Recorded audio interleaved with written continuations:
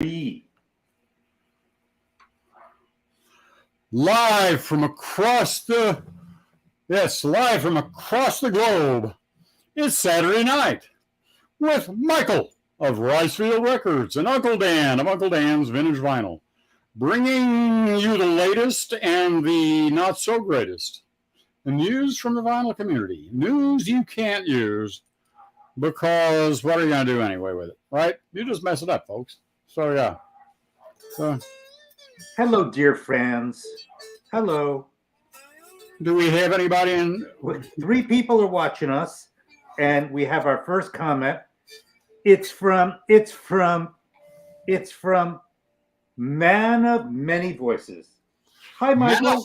Manoff. Did you guys miss me? I'm back from but my aim's vacation. improving. Picked up some very cool. Do you want to come on camera and show us, Manny? Do you want to come on camera and share your records? Because we have a dearth, that's with an R, of content. No, we don't. We're talking about you, Michael. We're talking about... Yeah, that's true. We're talking about why you should be banned from the vinyl community. Yeah, I wanted... Actually, it's a show cause hearing, Michael. But... Actually, you used the word evicted, not banned, evicted. And well, I know for a fact that you need a sheriff. You need a sheriff to evict somebody from. I shot, and I tell you, I shot the sheriff. Yeah. So, are you the sheriff?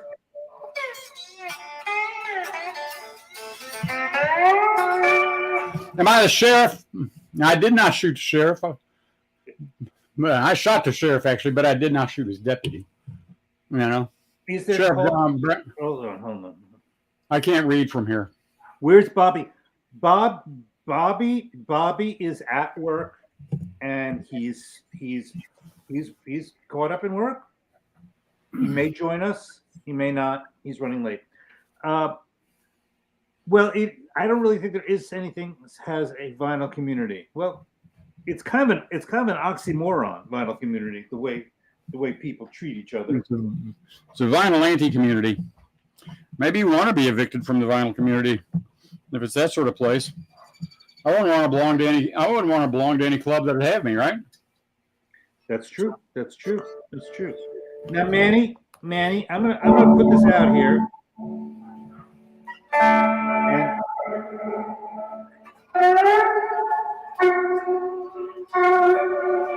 And if you want to join us and you behave, you can come up in the movie studio.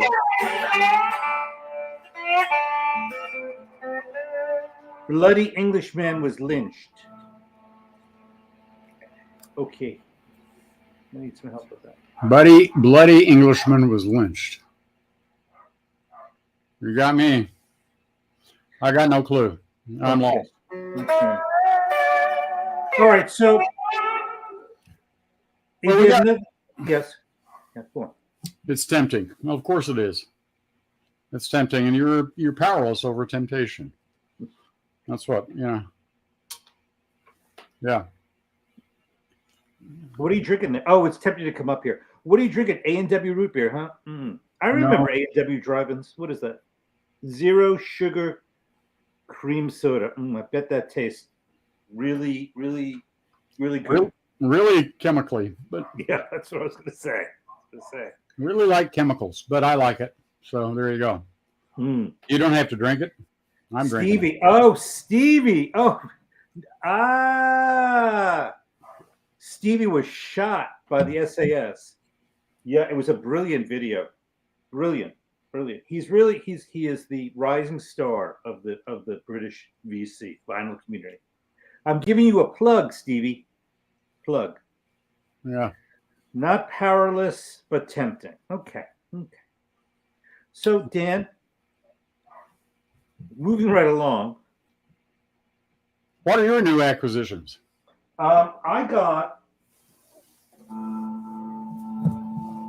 this. This is a Japanese pressing of Rod Stewart and the Faces. I know you're no fan. You're no fan of them. Oh no. This was actually their last tour. Their very last tour. Their last live record. before they disbanded, and it's got they had a Japanese bass player because Ronnie Lane developed cerebral palsy. I think that's him. And it's an interesting story about this guy. Developed cerebral palsy are usually born with that muscular dystrophy? Muscular dystrophy. Or no, multiple sclerosis, probably. Multiple sclerosis. That's right. That's right. Tetsu Yamauchi. And in the liner notes, Rod wrote, I'm not saying he's thin, but he wants his job back as a dipstick. Well, not really a funny joke. But you know that after this tour, Tetsu retired to the Japanese countryside, never played again, never recorded again, and gave up music after touring with the Faces. Now, they do some covers on this record that I really like. One is I'd Rather Go Blind. The other one is, that's really annoying. The other one is I Wish It Would Rain, Jealous Guy, Angel by Jimi Hendrix, and Stay With Me, which is a great song by Rod Stewart and Ron Wood that's on there. I believe it's on there, Not as Good as a Wing to a Blind Horse. And yeah, I kind of know that one. Yeah. I don't believe this was released in the United States. I think it's only a Japanese import. And it was recorded in California. And it's really a great live record. It's just he's got great good mic'd up well and mic'd up well. Yep.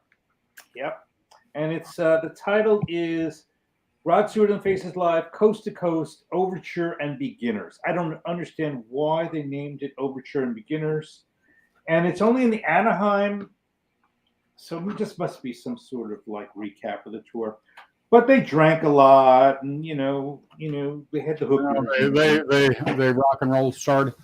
Yeah, well, I actually Susan and I were out today, and we heard Maggie May in a grocery store, and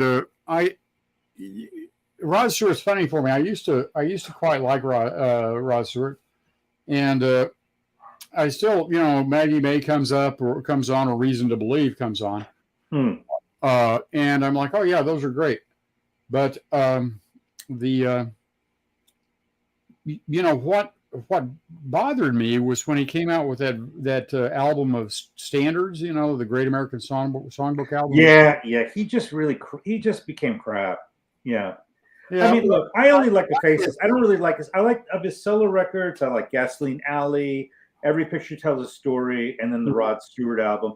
But then the minute he started to get into, Do You Think I'm Sexy or any of that other shit, horrible. That I hated. Horrible. I hated that. Yeah. So that had me bugged. But I realized what happened was, when he aged, his his vocal, the timbre changed. Yeah. And he started sounding very thin. The voice started sounding very thin. Somebody it really happened to, or two artists, two singers it really happened to were Eric Burden of Eric Burden and the Animals. He lost his lower register, which happens more often, of course, with men than with women. Yeah. But his lower register just went, and he'd had that beautiful, he had a very fine lower register. He did. And he lost that. And then the other guy who had more of the same issue that Rod Stewart did was John Fogerty. His, in later years, in recent years, he has, his voice had some depth to it, had some thickness to it. And it's just thinned out a bunch. And it's, I'm not sure. I think that he and Rod Stewart, both tenors, and both are singing, I think, still in their original ranges. But there was a sense of depth to. Hello, Pedro. Hey, Pedro. Zappa's voice lowered 2 full steps. Could be. Yeah, I don't know. That's interesting. I didn't know that. But yeah. Of course, the most famous was Harry Nilsson, who was in the screaming contest with Paul McCartney, Right. and ruptured his vocal cords, and just a real shame, given that Nilsson had one of the greatest voices of male vocalists in the rock era. Manny, it sounds like something Dave would have said. I don't know. I don't know what that is. Yeah. Susan knows that Peter Cetera's voice, and I can't remember Peter Cetera. But yeah, some people, Dylan, of course, and some people just always hated, like Susan's always hated Dylan's voice. I saw Dylan in 2017, and his voice seemed really wrecked, I saw him in 2019, and he must have done something. I think Dylan had some sort of treatments. Either that, or he figured out how to sing, how to get down to a lower register and make use of his what was left of his vocal cords, because the 2019 performance was quite good. In fact, I thought it was superb. It was a great performance. But yeah, maybe that would be a topic. Vocalists who've wrecked their instruments. But a good topic. Yeah, or whose instruments have been wrecked. But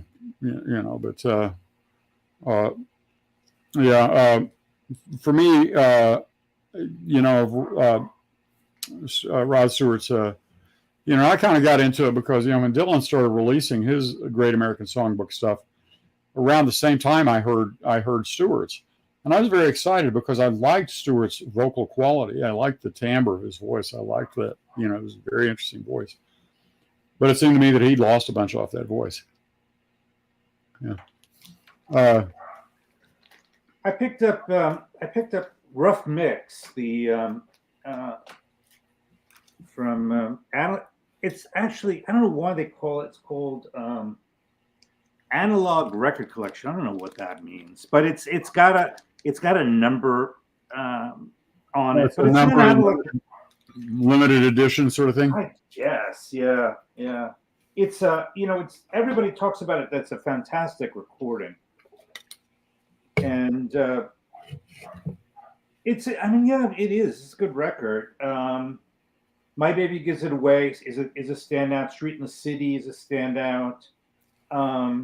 Rough Mix is an instrumental, believe it or not. There it is.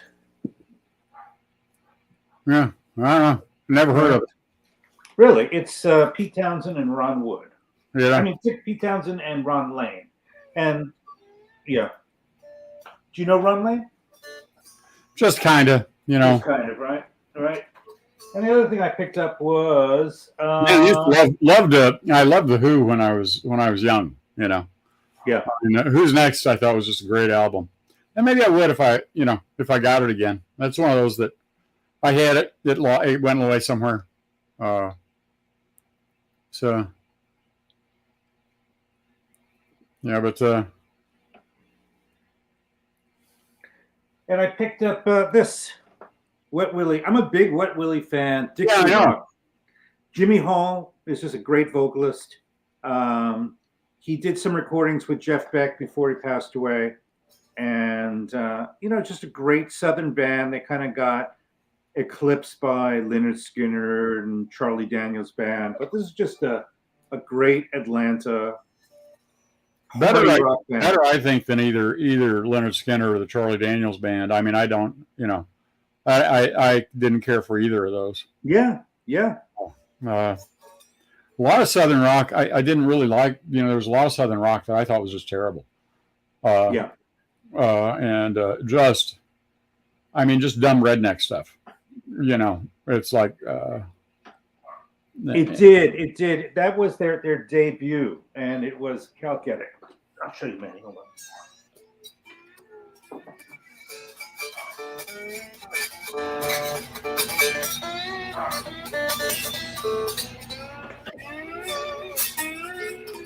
Yeah, Wet Willie's debut was all about the Wet Willie. So this is an illustration of a Yeah. finger. Yeah. So the idea of a Wet Willie is to lick your finger and stick it into somebody's ear. Kind of disgusting, you know. And juvenile. It's And just juvenile. and it's just juvenile. But what a great cover, huh? What a great illustration. Well, yeah, I mean, I guess I always felt like, Leonard Skinner was stuck at about 14 years old as far as I was concerned. 14-year-olds who dreamed of drinking beer and driving pickups, so I was never a fan of Leonard Skinner at all. And I had a live album by them issued before many of them died. I think it might have been their last album. And I gave it to a guy, a friend of mine who I bought some turntables from him, bought a couple of turntables from him, and stuff like that. And he bought something for me, a receiver or something. I don't know. Yeah, I don't know if you're aware of this, but I've been active on some live streams. Yeah, I know you've been cheating on me. You're unfaithful to me, Michael. Actually, it was a lot of fun. It hurts me, but I'm a bigger man than that. I'm a multitasker. Which is what she said, but yeah, it's okay. It's all right. Have you been shopping? I saw that you did a new video with yet another turntable, which I watched with the Audio Technica, that beautiful white turntable. You did a needle drop of the Corner Ray and Glover, or Corner, I don't know how Corner Glover Ray, I think there was on there. More Blues and Rags. I've had that for a while. I listened to it a while, wrapping my head around what I wanted to say about it. About the issue of vocal blackface. Yeah. Well, it's Blue Eyed Soul. That's another. Soul? Blue Eyed Soul, I think, is kind of different. It's related. But you get somebody like, you take somebody like the Righteous Brothers. It's Blue Eyed Soul, but they're not trying to sound like, I don't think that Bobby Hatfield is trying to sound like a black man. I'm gonna just put that banner in there because I think we're on that topic. Well, kind of. I did have other new acquisitions, by the way. Oh, then let's do that. Yeah. I have not been feeling well, and but I did get over to St. Cloud and then down to Minneapolis today. I just got back from Minneapolis. B.B. King, a basic sort of B.B. King album. Back in the Alley. I haven't had a chance to listen to it, but it's a Sweet Little Angel and things like that. Lucille, things that well-known B.B. King stuff. Is it a studio record or a live record? Yeah, but it's really a compilation.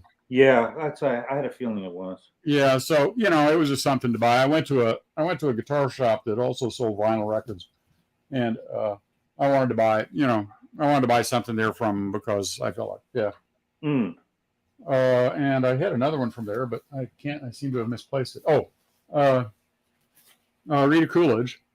Oh, yeah. I've been meaning to start listening to her. Yeah, very good vocalist, and and a native, Native American. So and you get that on the, and native. Yeah. So one of the few native artists who made it really big. Leon Russell discovered her, right? That may be right. She was in his girlfriend. And then she contributed the Joe Cocker's tour, Mad Dogs and Englishmen. She was on that, and it was rumored that she wrote Groupie. Well, she sang Groupie on the stage, but she didn't write it. It was written by Leon Russell and Bonnie Bramlett. Yeah. So anyway, a couple of used records. I just wanted to buy something from them, but the Rita Coolidge album in particular is in very good condition, and I am distressed to say that I paid more for the B.B. King than I intended. The they were overpriced, but I wanted to buy something from them just to support a local, local brick and mortar shop. And Right. they didn't have anything in the way of guitars or anything of that nature that I wanted to buy. Oh, I did buy another bar for my lap steel. Not one I liked, but I bought a bar for lap steel. But I wanted to buy some stuff, and so I got that. Then I went down to the cities today and picked up Ricky Lee Jones Pieces of Treasure. Which is, and I just knew it was out, and I think these are all covers. Okay. So, but she's what is that? What's she being touched or something? Yeah, she's being touched. She's got money in her dress there. So yeah, interesting there. Yeah. She does. She like on her album Kicks, which I think is a great album of covers. She did the cover illustration on that. She painted that. So she's a multi-talented person, and she may have had. I'm guessing she had a lot to say about that album cover. She is very much her own self. So I got that down in the Valley, which is a record store in the Twin Cities, and I found they have these great albums in their 50 cent bin. So another Billy Vaughn album, Josephine. I don't know what year this is from. I could probably figure it out. It's from about 64, so 65. Does 50 cents reflect the condition of the disc itself? This looks like it was never played. Amazing. There's just no market for it. Yeah. There's no market. The condition is beautiful. There was no spindle rash on it. Amazing. Nothing. Not a bit of spindle rash at all. Fools. Yeah. Along the same lines, gotten again 50 cents. Burt Camford and Blue Midnight, and I got to see if I can get that price tag off well, because that's just such a classic cover. I mean that hair, I had to buy it for the hair. Yes, but the Burt Camford stuff. What was it? Wonderland at Night. And I forget the name of the trumpeter on that, but he had a trumpeter on that who is not the trumpeter on here. On here, the trumpeter is Fred Moch, or Moch, M-O-C-H, probably Moch, because he was German, but Fred Moch. But the one on Wonderland at Night, which was a huge hit. Nobody remembers it much, but I mean, you hear it, it's like, oh yeah, I've heard that before. But that trumpeter was very, very good. He was a heck of a trumpeter. So that's a fun one. And then there's this. Wow, Jackie Gleason, he sings? No, this is just this is really, if you remember the Jackie Gleason variety show, he had dancers and everything on. He just, he's just using his name. His name was just there. Still missing you, and what the hell? See the end of it. Sorry. Every now and then, for some reason, my phone starts playing something. I think my daughter has her phone now, and I think that my music is connected with hers, and I think she does something with her phone. It turns mine on her music. Again, all of these albums I got today, they looked like they were either completely untouched or barely touched. I think this one had just a tiny little bit of spindle rash on the B side. But hey, Dave, did Jackie do the? Was he a band leader? That may have been. He may have been the band leader. I can't remember. My dad used to watch the Jackie Gleason show, but I think that he liked it because of the scantily clad dancers who appeared in it. Not that I would have any. Should. Yeah. And then I got this, which is just, I think, just hilarious. It's Guadalajara brass. instead of Tijuana brass, Guadalajara brass with Zorba the Greek, whipped cream, taste of honey. So completely ripping off, Herb Alpert and the Tijuana brass with the Guadalajara brass. And I just love that cover illustration and the font there. I mean, you as from your background in art and your RISD background, you gotta love that. Oh yeah. Yeah, I mean that's just totally early 60s, mid 60s. Looks like about 65 to me. There's no date on it. Although I might say it's a little earlier than that because the zip code, it doesn't have a zip code. It's got New York 19, New York. So it doesn't have a zip code. Zip codes came out in 64. Wow. So just New York 19. Well, New York was 10. Has an official zip code. That's 19, huh? New York 19, yeah. So that was the code, the postal code there for that. It was the 19 area of that. So that must have been 60, no later than 64. Yep. So those were. So I'm looking forward to those. I may use those. I'm going to listen to them on a decent turntable and see what the condition is. But I've been buying stuff to play on my old console stereo with the 6 gram, the ceramic cartridge and the 6 gram tracking force. So those 4 may be for that, but 50 cents a piece. It's just like it's hard to go wrong, right? And the Billy Vaughn stuff. I'll say again, Billy Vaughn pretty much always got good performances out of his musicians. They weren't just phoning it in. They sounded like he had musicians who were having fun, and I suspect it was because he'd had a kind of minor hit or played the sax on a minor hit back in the 50s, and so I think musicians respected him back then. So he was able to get people who performed well. The Billy Vaughn stuff, is stuff I can sit down and actually pay attention to it and enjoy it. It's not like listening to Ornette Coleman. It's not like listening to Miles Davis. It's not like listening to the blues that I listen to. It doesn't have that sort of catchy, grab you interest or that sort of depth. But it's plenty listenable, and sometimes I just put it on, when I'm just messing around the house, just to listen to that. I could put on something on my Google Home, but it sounds better this way, and it's just like, yeah, I'm messing with some old vinyl. Susan is saying that there was some, everything in that bin was 50 cents, and there was a lot of stuff there that was overpriced at 50 cents. There were all the polka albums you could want, and more. So there were a bunch of old polka albums, and Slim Whitman, Eddie Arnold, Wayne Newton. I almost bought one by Wayne Newton just because the cover photo was he was clearly worked to make him look a lot younger than he was at the time, and make him look a little hipper than he was, which was never ever hip. I wonder if John Candy ever recorded an album with polka when they were the Schmendray brothers. Do you remember them from Second City TV? That was so funny.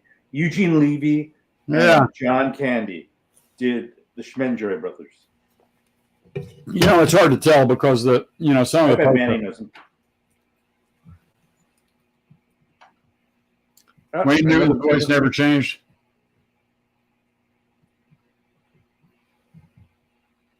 Anyway, those were written, but I got the stuff, the 2 albums of B.B. King and the Rita Coolidge on Thursday. I was kind of out of it yesterday. This heart thing I got going on was just left me sort of really weak yesterday. Yeah, and I didn't get around to doing much. I did in the evening. I recorded that video and put it up. That was about it.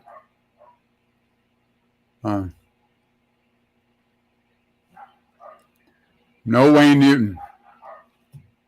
So then the next question is after that we have a couple of things. I did review. I don't know if we want to talk about I did review the order and the order granting the preliminary approval of the settlement in Yep. MoFi. I don't know if anyone is interested in that. We could say, we could ask the people in the chat, do you want to hear Uncle Dan's take on the order in MoFi?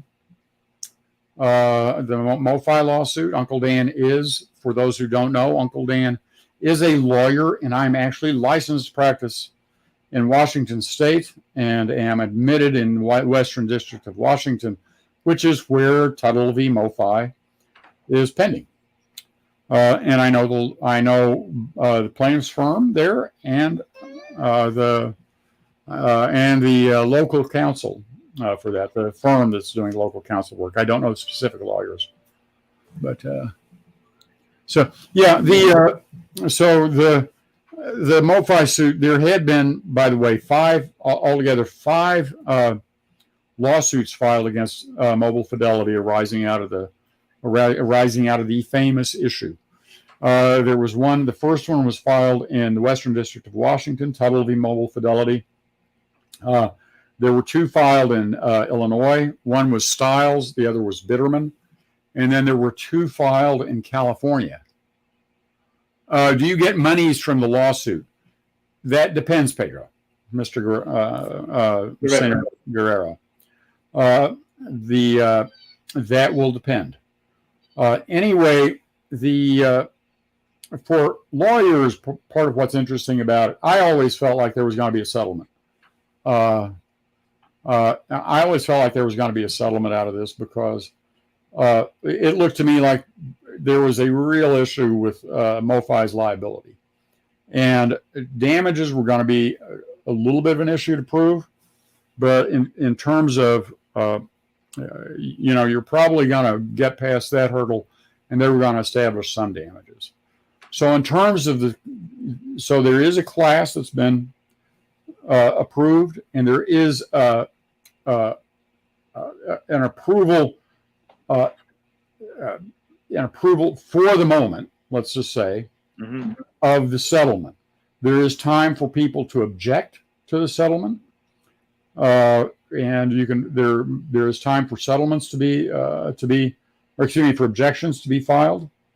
And one of the interesting things was in this one, and it didn't surprise me any, we had the Tuttle lawsuit going in the Western District of Washington.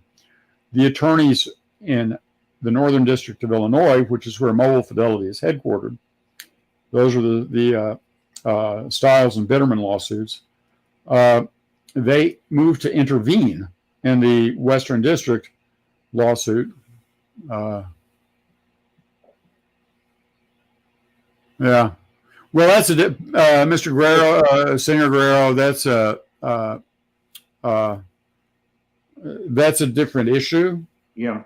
That is actually a defect that is a product defect. And that one you could actually, I don't know where you bought it from. You could have taken that back too. Sometimes you'll buy something from a retailer. And if you buy something from a retailer and you take it in and you say, hey, this is bad. And they say, hey, we got nothing to do with that. That's the manufacturer. And that's pretty much never the truth because unless you've signed something otherwise, in the United States, at least in every state, there is a warranty of the implied fitness of merchantability, which says that it will pass without objection in the trade is the term. And so, you got a badly warped record that would not pass without objection in the trade, and the seller has that duty to you. Your immediate seller has that duty to you, and they can't pass it off upstream. So you could, if you buy something, you go down to your local Tower Records and you buy something, and it's bad, and you take it back. And I know I'm joking about Tower Records, but you buy it at Barnes and Noble, say, and it's bad, and you take it in and you say, this is a bad record. I bought it, and I took it out of the shrink, and it was warped like this. Barnes and Noble should, they have their duty to you, and you should be able to recover that. back I to think the mobile. expression is one throat to choke, right? Isn't that what the expression is? When the retailer is you always know that the retailer, if the buck stops at the You can retailer, always go after your immediate seller. Your immediate seller you have a claim against your immediate seller. You may not have a claim against depending on the nature of the complaint, you may not have a claim against the upstream seller. You may not have that claim, depending on the nature of your claim and the nature of contractual relationships. You may not have a contractual claim, a claim arising out of contract against the upstream seller, and that's So anyway, back to MoFi. yes. So there's a class, and basically the class is anybody who purchased, basically purchased directly, I believe, but purchased new. You had to be a purchaser new of the records. You can't be a downstream purchaser from an individual reselling. If Michael, if you had gone out and bought one of these MoFi records, and then you sold it to me, I can't go back to MoFi and say, "Hey, I bought this from Michael," and get my money and getting money. Me. It's up to me to make the claim. Yeah, I didn't. I sold it, so my privilege is gone. Yeah, right. There's probably nothing for anybody there. Right.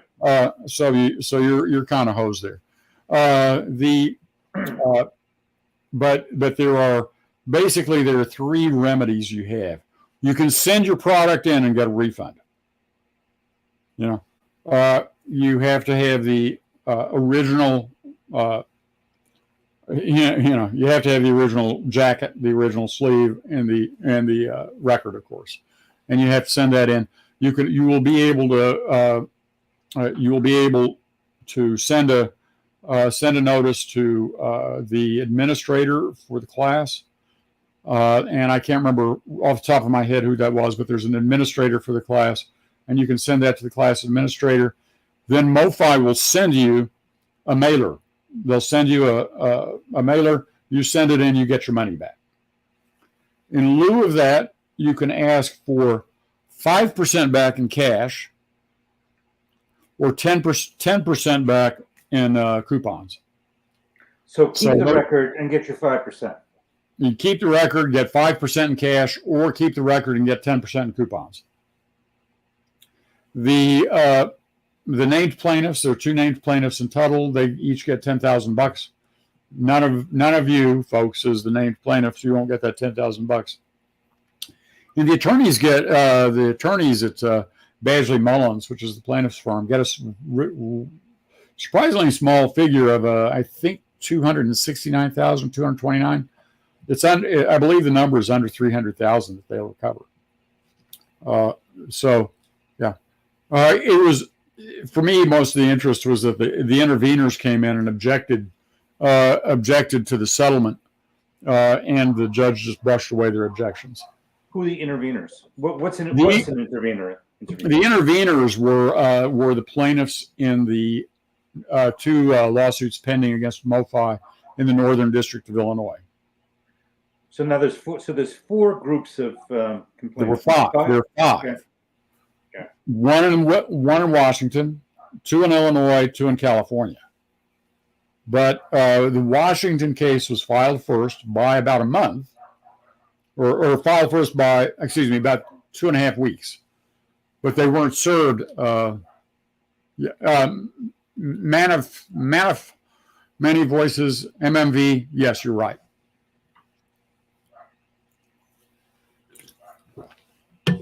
But if it's a one step that you paid $120 for, you get $12 in coupons or $6 in cash back. And the interveners complained about that recovery. They said this is inadequate. And the court said, no, it's not inadequate because you folks had a real damages issue because they were going to have trouble showing, plaintiffs were going to have trouble showing damages because, this liability was a given. There was just kind of no question of liability. Okay. But as far as damages, plaintiffs were going to have to show, show that they were injured. How were they injured? And you can say, well, the injury is I paid more for this than I would have, but the prices on the secondary market for them are, in almost all cases, higher than the original prices for the records. But not once the lawsuit happened. Actually, the prices, MoFi put in evidence on the motion practice on this, in opposition or in response to what the interveners said, the complaints the interveners raised. They put in evidence showing that even the challenged ones, even the ones with the problems, were going for more even after July 2022, even after the news dropped. Yes, mileage may vary. I think the master of musical virtuosity. Mileage, I think of you as mileage may vary. MMV, mileage may vary. This is a preliminary approval. I think I don't have the document in front of me right now. I think it's September this year. I can't remember when it's September, but I think September of this year. People can lodge objections to it. But the court was really unimpressed with the objections out of the plaintiffs' counsel from the two Northern District of Illinois cases. Let them come in as permissive interveners, as they're called. Mm-hmm. The judge said there are two ways you can intervene as of right, or you can intervene as a permissive intervener. And the judge said you don't get to intervene as of right, but I'll let you intervene. Okay. And so they came in, they raised their objections to the settlement, and the judge shot those down. So at this point, I don't think that, it could be that the California people raise objections, or it could be, you could go, if you bought MoFi, you could go right to the judge and say, I object. I don't think this is adequate. But the judge, the order was pretty brisk, and the judge seemed pretty unimpressed by it, and he was very impressed by the damages issue. So I don't think I think this is going to be done, and stuff will probably start toward the end of the year, early next year. People will start getting notice of it, and if you've got to keep your eye on the news on stuff, and on vinyl community channels that that care about that. I've never bought a MoFi record. I buy 50-cent Guadalajara brass records, right? So this is wounded. They're wounded, but it's not. They're not. Detrimental to their business, right? Yeah, one of the arguments the interveners raised, that is the people who were objecting, was that the relief was not going to cost MoFi all that much. MoFi had said the value of the settlement was about $16 million, which is a chunk for a company no bigger than MoFi. And the interveners said, no, it's not worth nearly that much. And, again, the judge just brushed that away. I don't expect it to cost MoFi $16 million because a lot of people aren't going to go to the effort. They're going to say, look, I go to this effort and I'm going to get, $6 back in cash or $12 back in coupons. Well, that's what they're betting on. They're betting on that people are just not going to do it. There's a lot of, there's a lot. Hell, I've been contacted a number of times. I've been a class plaintiff in a number of matters. You get, you've probably gotten notices that, you're a potential class member and submit your claim. Yeah. And I never bother. Never bother because it's more hassle than it's worth. So some people will, and they're going to be out MoFi is going to be out, $300,000, say, on to the class action plaintiff and their counsel, there'll be some money paid out there. And I don't know, they may do, it would be unethical, but there may be some, they may work out some agreement with the other class action plaintiffs' attorneys. But, it could be, if I were Badgley Mullins, if I were the plaintiffs' attorneys on that, I'd say, look, we beat you to the courthouse. And you guys, you snoozed, you lose. And, yeah. So yeah, the 300,000, most of it's going to go to the attorney. I'm sorry?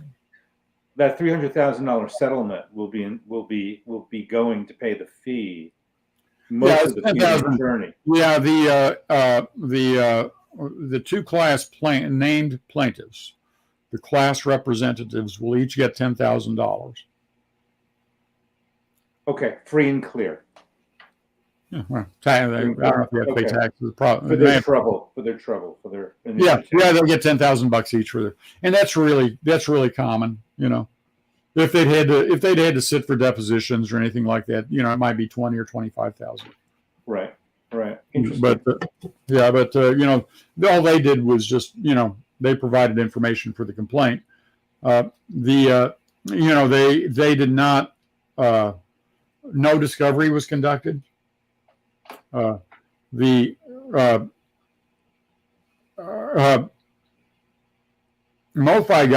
got served with the Washington lawsuit, the lawsuit in which there's the settlement.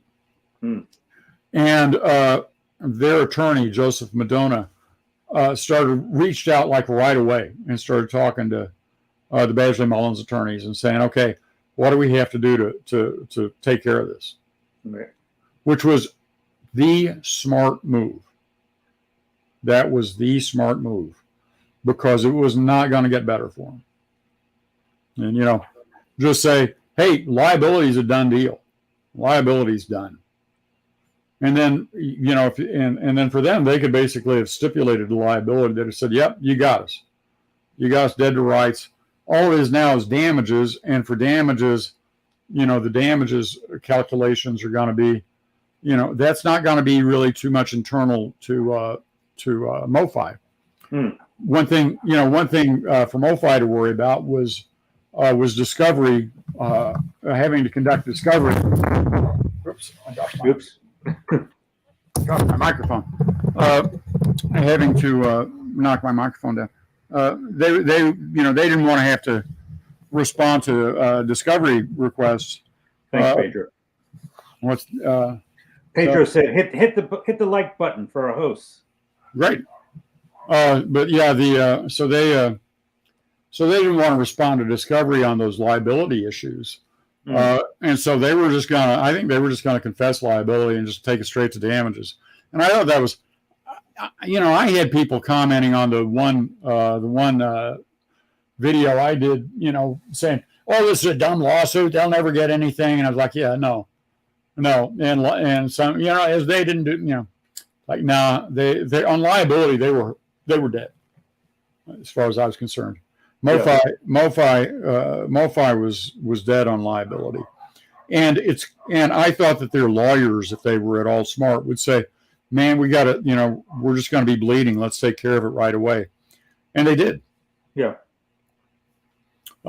I don't know this now. I don't know this Madonna guy who was their lead counsel. He's out of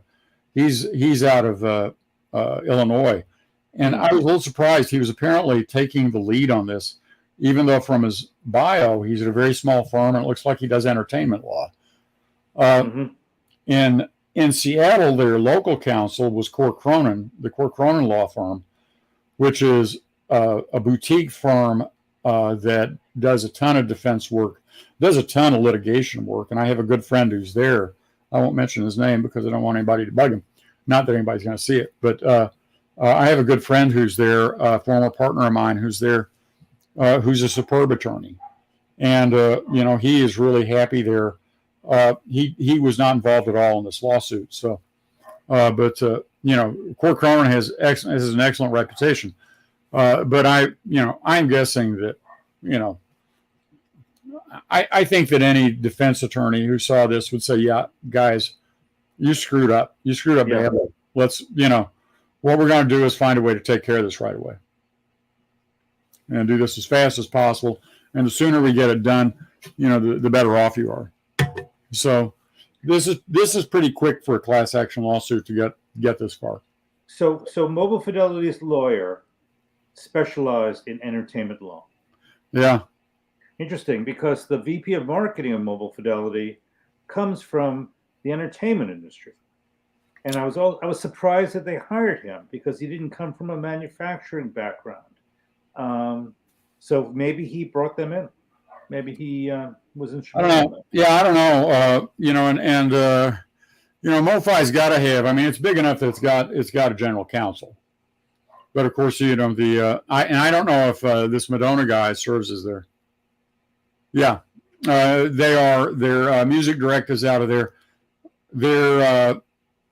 And I can't remember now. And I looked at it at one point, and I can't remember what the answer is. I can't remember whether MoFi is a division or a separate is an Inc. or LLC or something like that. I can't remember how that works. I think they were acquired by Music Director, a subsidiary. Yeah, well, I mean, look, a company goes out and buys another company, and it can do a number of things with it. So the company can, just absorb it, and it just becomes part of the company, and it may become just an operating division, which is one that has a name, but is not a distinct entity, and it's just sort of a, we call this part of the company. Right. I used to do a lot of work for a company called Emerson Electric Company, which had nothing to do with the old Emerson, with the Emerson radios and televisions, which were entirely separate. They used to manufacture a lot of electric motors and thermostats, and InSinkErator was one of their name brands. Yep. But one of their divisions that I worked for was called White Rogers, and it was just an operating division. It was not a separate subsidiary. It was not an Inc. It was not an LLC. It was just a division of Emerson Electric Co. So I don't know whether Mobile Fidelity is an Inc., an LLC, or just an operating division of Music Direct. But it is from what I read, it is headquartered in and I have the complaints sitting around somewhere, but it's headquartered in Illinois. But it was subject to suit in Washington State. They sell direct enough to Washington State that they were going to be subject to suit there. So there was personal jurisdiction, as it's called, over there, and they didn't object to that. But again, I think Madonna did the right thing and said, we just have a terrible problem here, and the best thing to do is take care of this right away. And if they, I don't think this is something that they'll be insured for, but they can, hope they can, look, they will have amortized this over at least 2 years and possibly 3 years. This loss, they'll take a loss on this, but they will write it off over 2022, 2023, and at least 2024. Right. And possibly other years. So they don't have to absorb it all at one time. Right. And they reduce the, look, there are not going to be depositions. There won't be hearings. There won't be, you can imagine had they contested liability, I would have loved to be on the plaintiff's counsel and deposing their engineers. So yeah, I am smart on MoFi's part. There's that part. The earlier part was really, really dumb. That was just really, really dumb. Yeah. Well, they had product guys going on camera talking about the process that was on YouTube. So there were a lot of things that happened. Clearly they made a lot of deceptive comments about about those records. Right. And those comments were deceptive. Liability was going to be found. And once there's liability, and especially like this, where it seemed to me that it was so abundantly clear, then at that point, a court is going to very likely find that you at least get to go to a jury on it, and get they get to decide damages. And a jury, you can say it doesn't make a lot of sense, but man, you can see. I just think that a jury is going to say, yeah, that sucked. You guys cheated. And so we're gonna award plaintiffs something on this. Right. So there was a fair amount of hand wringing in the vinyl community saying, they're on both sides. I always felt, yeah, this is settled. And it's settled quicker than I thought. But I'd say MoFi's lawyers did a good job there for him. Right. They didn't dig in at all. No, it sounds like, from what it sounds like, one of the issues that the interveners wanted to hire a mediator and have it mediated. And MoFi just negotiated it directly with the plaintiff's attorney Badgley Mullen's attorney out of Seattle. And that suggests to me that they weren't throwing up big roadblocks in terms of numbers. So the interveners were, how do I put this? They were kind of like an annoyance factor in this lawsuit, because MoFi was saying to the plaintiff, let's deal. So they became that was the model to work from. And that's why the judge said to the interveners, no, we don't want to hear this. It's already been settled. The judge allowed intervention, and he listened to the interveners, which was smart on the judge's part, because had he not allowed intervention, then you have an appealable order, and the interveners could have appealed. Now it was a lousy. Now that decision is reviewed for what's called an abuse of discretion. That is, did the judge abuse, in this case, his discretion? The judge abused their discretion in reaching this ruling, and that shows. To do that, you have to show that the judge either got something wrong about the law, or in regard to any facts, was just completely out to lunch, or applying the facts of the law, came up with a decision that was just no reasonable court would have done. Right. So that would have been tough anyway, but it's still smart to say, okay, interveners, I'm going to listen to you, and I will, you can put in your objections. I'll take cognizance. I will respond to your objections to the proposed settlement. But that helps bulletproof bulletproof it later, because very often you get in these class action lawsuits, you get people who want to come in and object, especially as here, where you had five dueling lawsuits.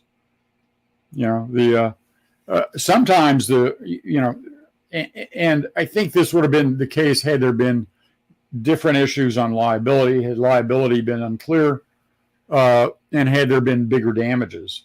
Because one group's pain wasn't bigger than another group's pain. That's what the judge is saying, right? Judge is saying we've established what the model of pain is here. Yeah. One of the issues that they have to that the judge has to decide in approving the settlement is whether the class plaintiff can fairly and adequately represent the interests of the class. Right. And so the judge said, well, yeah. There's nothing here on that. So yeah, everybody's pain was essentially. So the reason why I put this up is like Pedro's saying. So here you have a power buyer. Okay, he's citing Michael 45, who probably bought 100 of these things or 200 of these things, whatever. So what the remedy is? The remedy. It's they've established that you get a choice. You get a coupon. It's the same.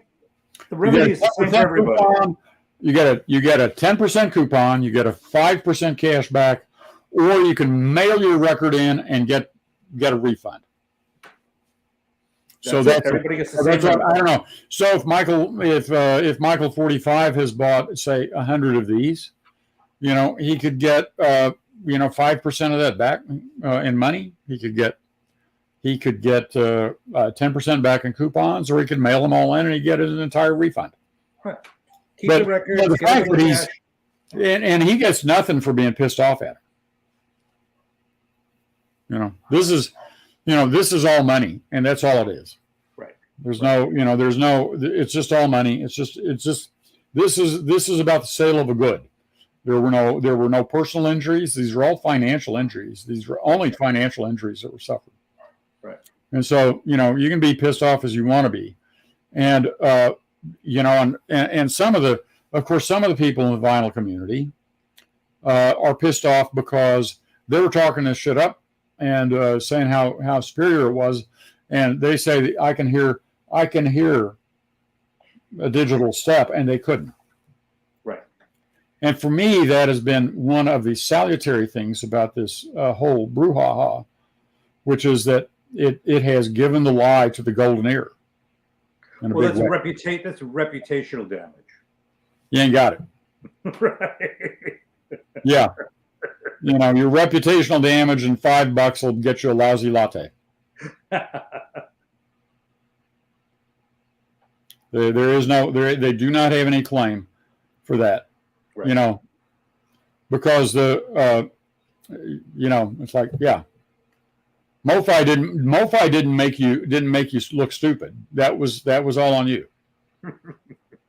And people may get upset that I'm talking about the golden ears out there, but yeah, if anybody who feels like that, I'm going to set up, by the way,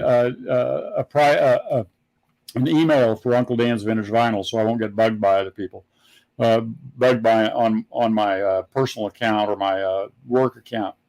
But I'm going to set up you can come and scream at me about how you've got golden ears, and you can actually hear these digital steps and stuff like that are beyond the threshold of human hearing. And I'm going to say, yeah, whatever, dude, you can't. It's like you're going to include an email address in your about tab, is what you're saying. I'll put in an email address in my about tab, and people can complain to me there. And I may do a separate video on the MoFi thing, but put up some stuff out of the order, and out of the order on intervention too, because you got the order on intervention, and then later you got the order on approving a preliminary approval of the class settlement. Right. So, right. So I may do that, but yeah, no, I think that personally, I think that what MoFi was doing technically, that is taking these tapes and digitizing them at a level that is beyond. I mean, they're being digitized at a level, at a capture rate far beyond what the human ear can discriminate.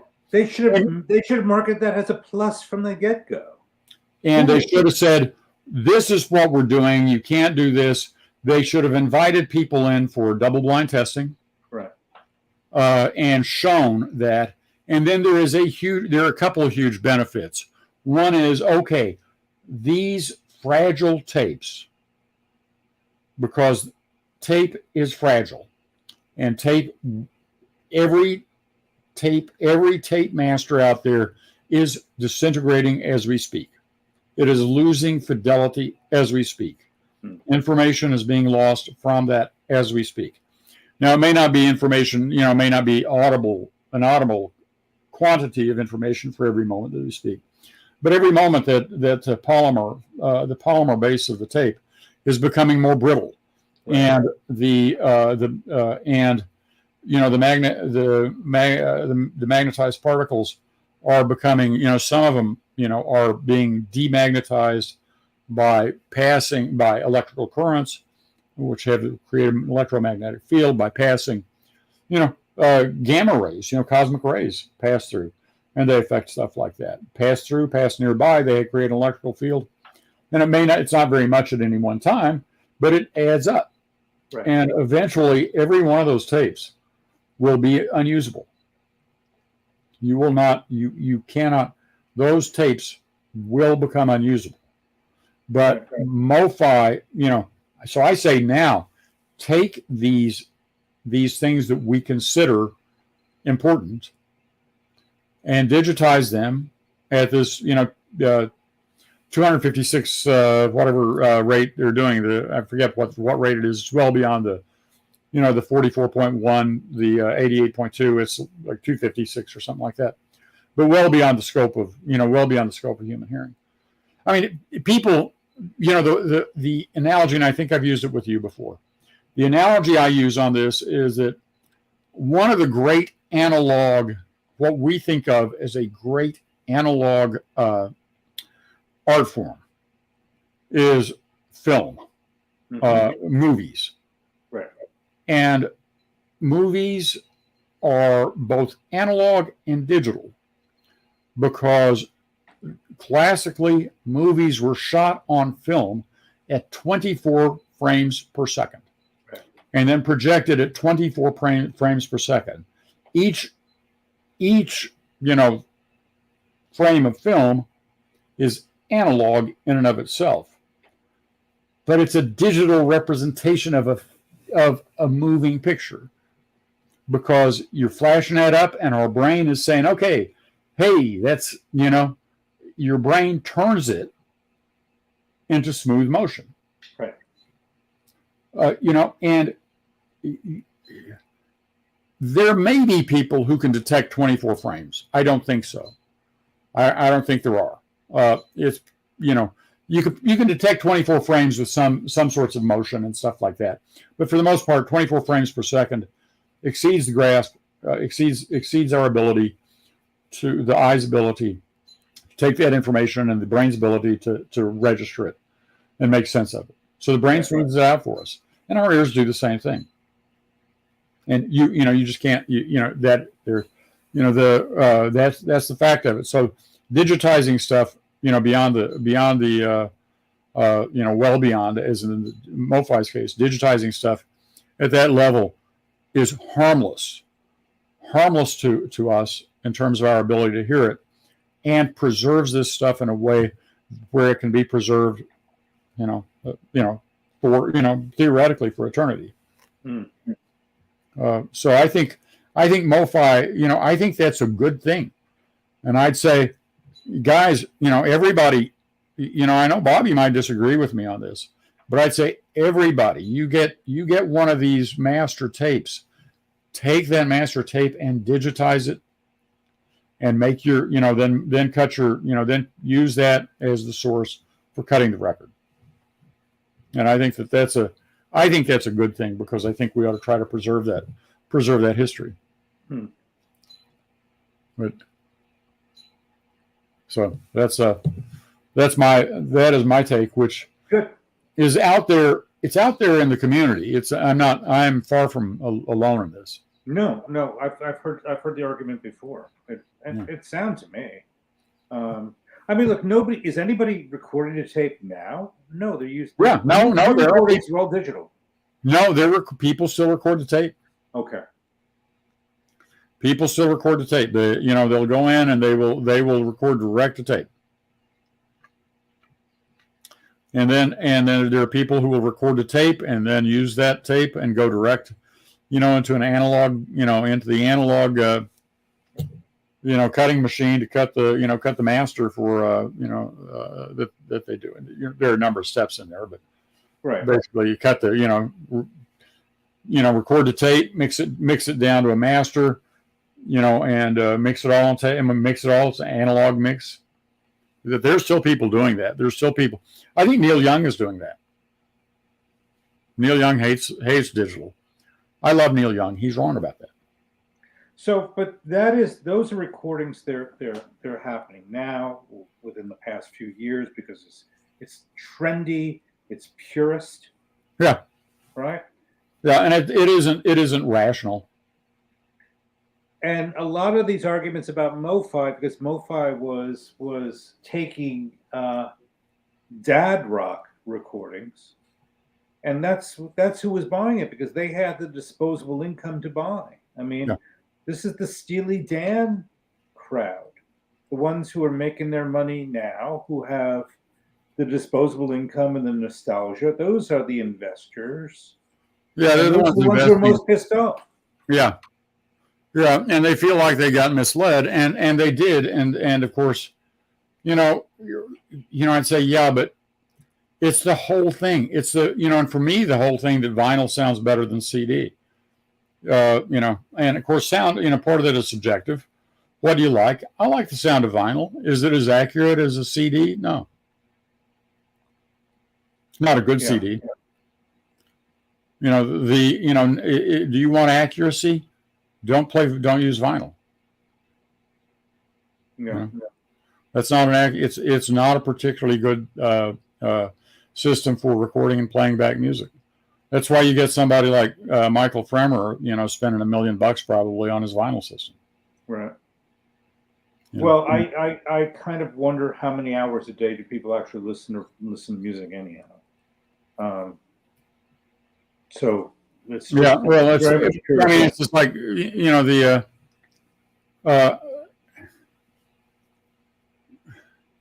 well, here's the example I'll give. I took a couple of photos out, from my here. Can you see out to? I see framed stuff. Do you see do you see my lake out there? I do. Yeah. I do. Yeah. Okay. Not my lake. I mean, it's the lake I live on. The lake, yes. Yeah. So anyway, it's kind of loon lake since I live here, since I'm a loon. But put my hair all week, folks. But I had taken a couple of photos with my iPhone, and I was showing a friend the other day I shared my screen on Microsoft Teams, and I said, "Oh man, what did you use to take that?" And I said, "My iPhone." And the iPhone cheats. Your iPhone cheats. They have a very small sensor in them. You can't get, and as a matter of physics, with that small sensor, you can't get the detail you can with I shoot up to 8x10 film too. You cannot with that small sensor get the level of detail that you can on on 4x5 or 8x10 film, or even for that matter on 35 millimeter film. But the iPhone's algorithm fills in on it, so it looks like you get all that detail. Agreed. And you know what? We can't tell the difference. We'd have to be sitting there with a loop. You won't tell the difference with a loop. You can't tell the difference with a loop. Because the brain can't learn. Because the algorithm fills in those details. That's why, yeah. So the algorithm fills in those details. Are they really there? No, they're not, because the sensor is, as a matter of physics, unable to have that level of detail put on it. And it doesn't matter how many pixels you have on your sensor. As a matter of physics, given the sensor, you just can't get that much detail on it. But then the algorithm says, okay, I've got this level of intensity in this pixel, and I got this level of intensity in this pixel, and I'm going to figure that intermediate to that is this. And that's all it does. Right. And it just fills it in, and it just smooths it out, and it looks like it. And we can't tell the difference. We can't tell the difference. It looks that sharp. Right. So yeah, you can take stunning damn photographs with an iPhone, and I assume with an Android camera too. I don't know, but the iPhone Apple has had a great. They've got a great algorithm working. So anyway, yeah. So but that gets back to me, saying, a lot of this stuff, we are just fooling ourselves. We are fooling ourselves. I fool myself. I happily fool myself, right? It's like, yeah, that sounds great to me. Okay, fine. I know, up here that what I'm listening to is not particularly accurate. But I'm listening here. So Well, nobody talks about the camera industry anymore. I mean, the we camera don't, industry man, is dead. It's been decimated. there's a lot of talk, and I shoot film, and so I talk a lot of I think a lot about it, and there's a lot of stuff, a lot of things going on there, and yeah, the iPhone has the iPhone in particular, but cell phones have really taken a chunk out of the camera industry. So now it used to be you'd have a lot of consumer level cameras, and then you had the prosumer level, and then you had the pro level. Right. And now the consumer level camera is pretty much gone, except for like action cams. People will buy the what's the one that for sports. You mean for sports? Yeah. They'll buy those. Yeah. So that's a consumer to prosumer level camera, and there are prosumer level cameras. The sophisticated amateur cameras out there, but man, you go in. It used to be able to you go in and find a little camera, a little digital camera for $150, which might be very good. But now it's just your phone.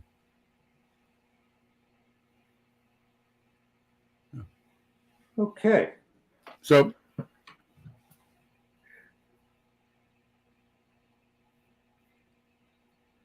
I'm trying to get this up. I don't know. I can't do it. Wyoming Daves. Yeah. Yeah. I got in a little argument with a guy on Twitter a couple of months ago or so who was saying, "Oh well, the cassette tapes will sound good if you have a metal tape and you recorded it. You recorded 2 channels on a cassette tape at 15 inches per second." And like, well, yeah, okay. Why would you do that? But I picked up a couple of cassettes recently because I bought some months ago, 8 months ago, I bought a Pioneer cassette deck, like a cassette player, like I had when I was young, the FR2121, the so-called vending machine cassette deck. And I bought a few cassette tapes to go with it. I had a few, but I can stick them in and play them and enjoy it. But yeah, it's not really accurate. So it's very, very inaccurate. But you can still enjoy it. Yeah. And that's been kind of part of my gig all along. Don't worry so much about these things. Are you enjoying it? Are you having fun? So like that, my video the other night with that $50 Audio-Technica LP3 that I bought. Very, very attractive turntable. You buy $200 new with a decent cartridge, and it sounds great. Just buy it and enjoy it. That's one the USB, right? That one doesn't have USB on it. Okay, so that's really entry level. Okay. Yeah. No, the USB ones are more expensive. Yeah. So this is just your basic, RCA's out. Right. But I put a decent cartridge on there. But it came with a cheap cartridge, the AT91R, which is the same as the AT3600L, the famous cartridge that comes on the AT60, tracks about 3.5 grams. They're out there, the most produced cartridge ever. But the AT91R is that cartridge with a better stylus on it. Tracks at 2 grams rather than 3.5. But it's the same body, same generator, same motor. And it sounded, I brought it home, I played it with that, and it was like, yeah, that sounds great. I put a better cartridge on because I had a head shell, that would work on it with that cartridge mounted. And put it on. Does it sound better? A little bit, maybe. Yeah. But, you go out and buy that sucker, and it sounds great. Buy it, enjoy it. So that's don't get bent out of shape about these things. Well, hey, I am fading, man. As I said, we've gone an hour and 20 minutes, and these premature ventricular contractions are leaving me exhausted. I hear you. So yeah. So You want to strum? There we go. Pedro, pleasure to meet you. Wyoming Dave, it's been a while. Susan, great to see you. Man of many voices. And I'm forgetting somebody.